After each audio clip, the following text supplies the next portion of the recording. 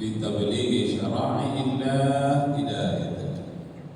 Amma ba'du, askurukum syukran jazilan ala mas'adatikum bil huduri fi hadzal masjid as-safa.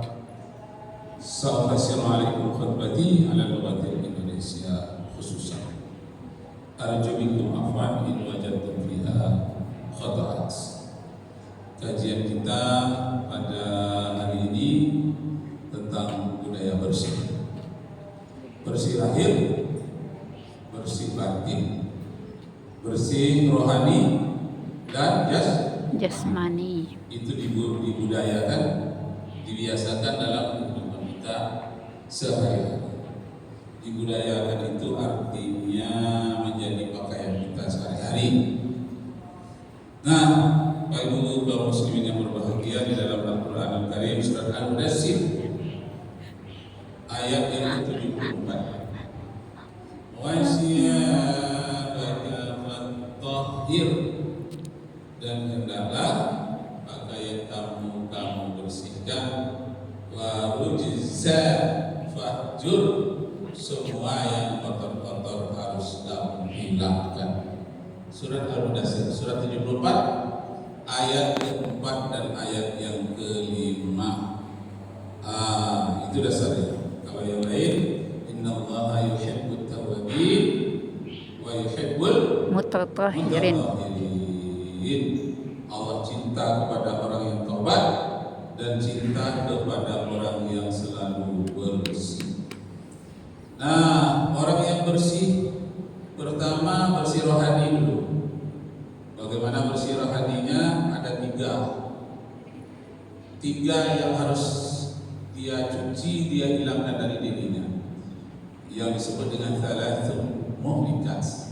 Ada 3 macam yang merusak kita kalau itu terdapat dalam rohani, dalam jiwa kita.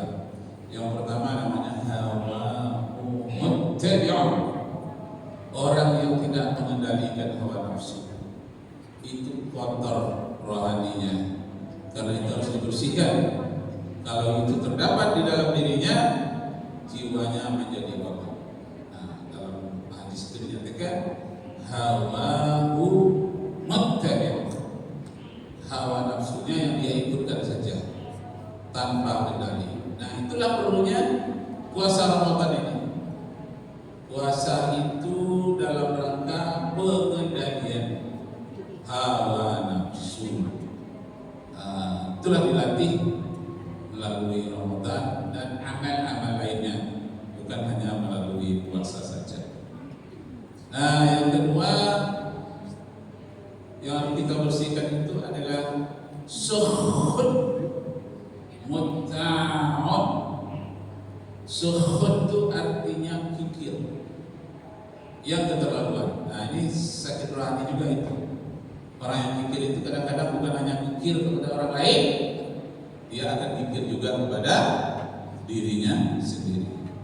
Firman Allah dalam Al-Quran, وَلَا يَحْسَبَنَّ الَّذِينَ يَبْخَلُونَ بِمَا آتَاهُمُ اللَّهُ مِنْ فَضْلِهِ هُوَ خَيْرٌ لَهُمْ بَلْ هُوَ شَرٌّ لَهُمْ سَيُطْعَمُونَ بِمَا بَخِلُوا بِهِ يَوْمَ الْقِيَامَةِ. Jangan kamu menyangka orang yang mempunyai penyakit bakhil itu, jangan kamu sangka dia akan bahagia. Bal huwa syarrun lahum, bahkan akan ditimpa malapetaka, kejelekan bagi dirinya. Sayatawafuna bima bakhilu bihi yaumal qiyamah, akan dikalungkan pada leher mereka kelak harta benda yang mereka pikirkan itu. Nah, itu kotor rohani itu. Yang ketiga, penyakitnya bernama, ini yang paling banyak menimpa Ustaz ini, Buya ada ijabul mar'i bi nafsihi, mengagumi kehebatan diri sendiri. Jadi pendapat sendiri saja yang benar, pendapat orang lain salah semua. Itu kotor itu jiwanya. Karena tidak bersedia berbeda pendapat Iya. Sedangkan Rasulullah aja dengan istrinya beda pendapat. Tapi bukan bermusuhan antara Aisyah dengan Rasulullah. Aisyah, mana yang lebih utama masuk surga? Orang banyak ibadah, orang banyak ilmu? Orang banyak ibadah lah, kata Aisyah. Sambil tersenyum, Rasulullah mengatakan tidak. Orang yang banyak ilmu yang lebih duluan masuk surga. Apa gunanya kalau berilmu dia tidak beribadah, kata Aisyah. Lalu kata Rasulullah, apa pula guna dia beribadah tanpa ilmu? Iya ya. Apa ibadah yang dia laksanakan kalau dia tidak berilmu? Tentang yang dia ibadahi agar ikut-ikutan saja. Tersenyum Rasulullah, tersenyumlah Aisyah. Kedua-duanya beda pendapat, tapi akhirnya menambah variasi dalam hidup. Jadi jangan disangka perlawanan beda pendapat itu akan bermusuhan, tidak. Itu variasi dalam hidup. Maka disebut oleh ulama istilahnya ikhtilaf. Ikhtilaful ulama min ummati rahmah. Cuma min ummatinya enggak disebut. Cuma disebut ikhtilaful ummati rahmah. Padahal maksudnya ikhtilaful ulama min ummati rahmah. Berbeda-beda variasi pendapat di kalangan ulama, orang-orang alim, itu adalah merupakan rahmat. Nah, Bapak Ibu kaum muslimin yang berbahagia, kembali kita persoalan bersih. Tadi bersih rohani ya. Hilang dari penyakit hawa mutabi'un, hilang dari penyakit sukhun muta'un, hilang dari penyakit i'jadul mar'i bin nafsi, mengagumi kehebatan diri sendiri. Karena itu pendapatnya iblis. Iblis ketika dihadapkan kepada Adam, dia banyak ilmu. Apa kata iblis? Adam, ya Allah, ana khairun minhu. Saya itu lebih canggih, lebih hebat daripada Adam. Saya lebih tua daripada Adam. Lebih lama tinggal dalam surga dibandingkan dengan Adam. Sombong dia. Nah, jadi kalau ada orang sombong karena ketuaannya, itu namanya tua-tua iblis. Kalau ada orang yang sombong karena banyak ilmunya, namanya ilmu iblis. Hendaknya orang semakin tinggi ilmunya, semakin merendah. Man tawadha'a rafa Allah. Siapa yang merendah hati, maksudnya akan ditinggikan oleh Allah. Sebaliknya siapa yang suka meninggi-tinggi, tinggi hati maksudnya, dia akan dijatuhkan, akan direndahkan oleh Allah Subhanahu wa taala. Nah, Bapak Ibu kaum muslimin, kalau kita lihat dari segi ayat Al-Qur'an tadi yang menyuruh kita puasa, ya ayyuhalladzina amanu kutiba 'alaikumus syiyam. Kalau dilihat dari ayat itu, bapak-bapak saja yang wajib berpuasa, ibu tidak. Karena di situ alaikum, kum itu kamu laki-laki. Orang-orang yang beriman laki-laki diwajibkan kepadamu berpuasa. Kalau kepada ibu-ibu alaikunna, kutiba alaikum, alaikunna syiyam, diwajibkan kepada kamu semuanya wanita puasa. Tidak ada. Coba tanya ustaz-ustaz yang lain, bandingkan, ada enggak dalam Al-Quran dikatakan alaikum nasyam, atas ibu-ibu puasa? Enggak. Alaikum juga. Nah, tapi kok bisa? Hanya alaikum itu kepada kamu, kum itu untuk laki-laki. Kuma. Nah, kalau ibu kunna. Kalau kunna itu dua ya, kunanya satu. Jadi alaikum kepada kamu. Kalau alaikum kata kamu berdua. Jadi di situ alaikum kepada kamu laki-laki. Kok bisa diwajibkan juga kepada perempuan? Itulah pekerjaan ulama, memahami apa yang disampaikan di dalam ayat, ditafsirkan dengan hadis, kemudian dipahami dengan kemahiran bahasa Arab, tahu asbabun nuzul ayatnya, hadisnya tahu pula asbabul wurudnya, sehingga dapatlah menetapkan hukum yang wajib kepada laki-laki juga diwajibkan kepada wanita. Cara istinbat hukum seperti itu namanya kias. Kias apa namanya? Kias jali, yang nyata-nyata. Jali, nggak berlindung-lindung, nyata-nyata. Wajib kepada laki-laki, tak disebutkan wanitanya. Wajibkan juga kepada wanita. Itu dikiaskan kepada wanita, itu namanya jali. Bahasa Minangnya jale, bahasa Arabnya jali. Mungkin bahasa Minang dari bahasa Arab mungkin ya. Jali, bahasa Minangnya jale. Nah, jali jelas. Nah, berapa banyaknya kias itu tadi oleh para ulama setelah diteliti supaya persis pemahaman kita seperti pemahaman Rasulullah, supaya mazhab kita sama betul dengan mazhab Rasulullah. Jangan ada yang berbeda, sesuai dengan pahamnya. Nah, boleh beda. Itulah pekerjaan imam yang 4 itu, mulai dari Hanafi, Maliki, Syafi'i, Hambali. Keempat-empat mazhab itu adalah supaya sesuai betul secara hati-hati dengan mazhab Rasulullah dan para sahabatnya. Kalau menyimpang, itu tinggalkan. Imam Syafi'i mengatakan kalau menyimpang dari hadis yang sahih, pendapatmu tinggalkan. Karena aku berusaha seluruh hasil kajianku, hasil penelitianku harus sesuai dengan mazhab Rasulullah. Cuma Rasulullah nggak disebut mazhab. Kenapa? Karena mazhab tingkatnya lebih rendah. Kalau Rasulullah langsung bersabda, kalau Allah berfirman.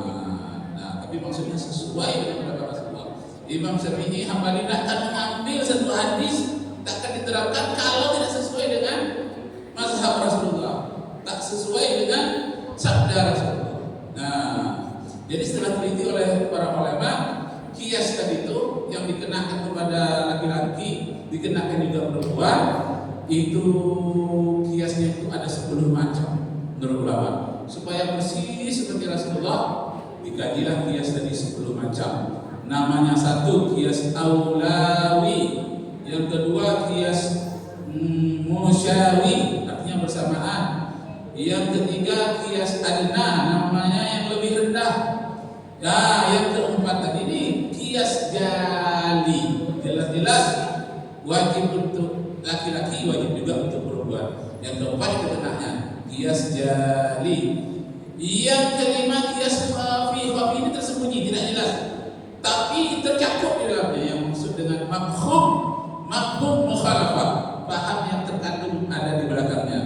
Kemudian yang keenam namanya mu'athir.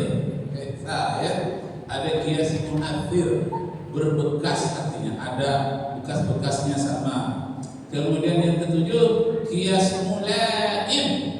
Mulaim itu apa yang tidak dikehendaki oleh Rasulullah, juga tidak dikehendaki oleh para ulama dipelajari. Kias mulaim. Yang delapan kias makna. Jadi yang dikiaskan bukan lafaznya, tapi yang dikiaskan makna yang terkandung di dalamnya. Misalnya orang Kampar, tak pernahlah orang Kampar itu membayarkan zakat, membayar itu korban memakai sapi, nggak pernah, pakai unta nggak pernah, pakai kerbau. Nah, kok bisa Nabi nggak pernah mencontohkan pakai kerbau? Tapi orang Kampar, orang Tanah Kuantan, orang Sumbawa, orang Medan, kerbau yang di apa? Yang dikorbankan. Mana ada contoh dari Rasulullah? Contoh dari Nabi Ibrahim juga nggak ada. Melalui apa itu? Melalui kias. Kias apa namanya? Kias makna. Karena satu makna antara satu ekor unta bisa untuk 7 orang, satu ekor kerbau juga bisa untuk 7 orang korban. Nah, itu namanya kias makna menurut ulama, supaya benar-benar sesuai dengan yang dikehendaki oleh Rasulullah. Penelitiannya bertahun-tahun. Syaratnya yang meneliti itu hafal Quran 30 juz, hafal ribuan hadis. Kalau Imam Syafi'i umur 7 tahun sudah hafal Al-Quran. Nah, supaya persis seperti yang diinginkan oleh Rasulullah. Nah, yang ke-9 kias ilat namanya. Ilat itu ada alasannya, alasan tertentu. Nah, yang Yang ke-10 kias dilalah atau kias burhani. Kias burhani ini adalah yang nyata-nyata. Misalnya pada masa Rasulullah tidak ada daging kurban itu yang dikalengkan. Ya sudah kurban sendiri sudah, mau dimakan atau tidak terserah. Yang penting sudah kurban. Tahu-tahu yang sekarang itu dimasukkan dalam peti es atau dijadikan kornet, dikirim ke Afrika.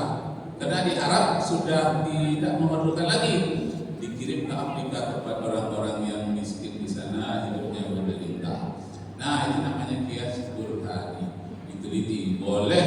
Tak ada contohnya dari Rasulullah. Dari kornet itu hewan korban itu harus boleh dieskan supaya tahan lama, berbulan-bulan bisa dikirim ke Afrika. Nggak ada contoh dari Rasulullah.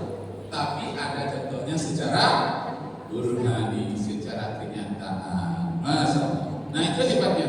Maka kalau Al-Quran dikatakan fa'tabiru ya ulil absar, kiaskanlah sebanyak-banyaknya hei orang-orang yang punya mata.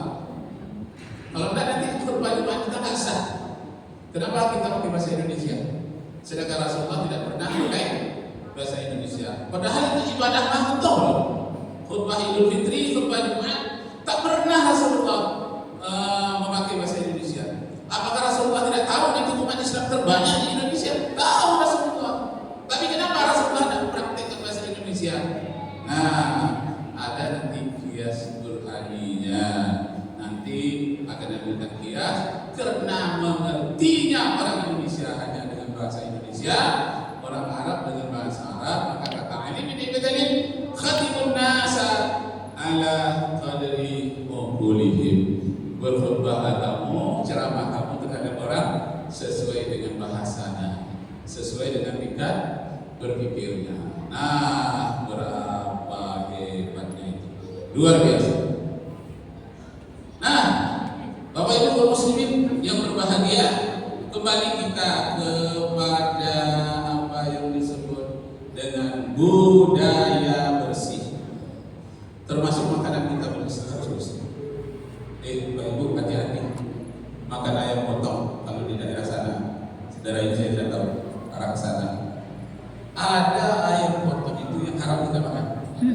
Kenapa? Menyembelihnya tidak benar. Saya lihat diambilnya ayam potong itu diirisnya sedikit aja pakai apa? Pisau. Digoreng sedikit aja nggak keluar darahnya. Lalu dipatahkannya leher ayam itu dimasukkan ke dalam air panas. Lalu dicabutkan dulunya. Lalu saya tanya, Pak, kenapa tidak dipotong itu harus tembus lehernya? Karena persyaratan memotong hewan itu pertama harus putus urat tempat dia bernapas. Jadi saluran pernapasannya harus putus. Yang kedua saluran makanan harus putus dan darahnya harus keluar. Menurut ilmu kesehatan, darahnya itu membuang virus-virus yang terdapat dalam tubuhnya melalui darah supaya dia dikeluarkan oleh ilmu kesehatan. Nah ini tidak. Kenapa tidak dikeluarkan darahnya? Supaya jangan berkurang beratnya Ustaz tadi. Nanti kalau darahnya banyak keluar, berkurang beratnya. Jadi hitungannya bukan halal haram, hitungannya bisnis. Semenjak itu ragulah saya. Makan-makan di rumah orang pun lihat ayam potong. Jangan-jangan cara potongnya sama dengan saya lihat. Yang paling aman di ayam itu kita beli, kita potong sendiri. Entah baca bismillah atau tidak. Adabnya kemana? Adab tentang cara memotong hewan itu. Nah, jadi harus bersih.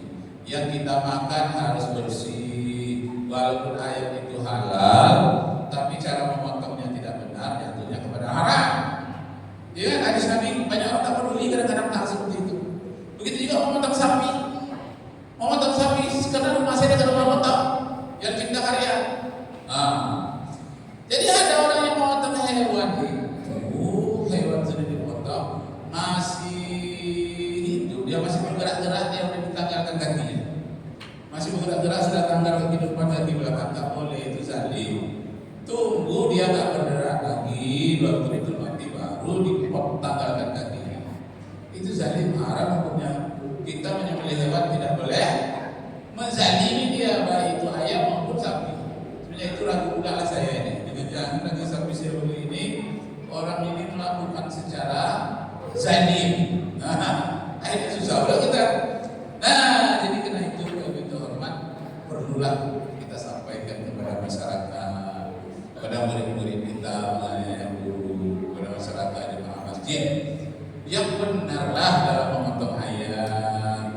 yang benarlah dalam potong sapi supaya bersih, jangan sampai tidak peduli. Memang hadis Nabi mengatakan ya'ti 'alan nas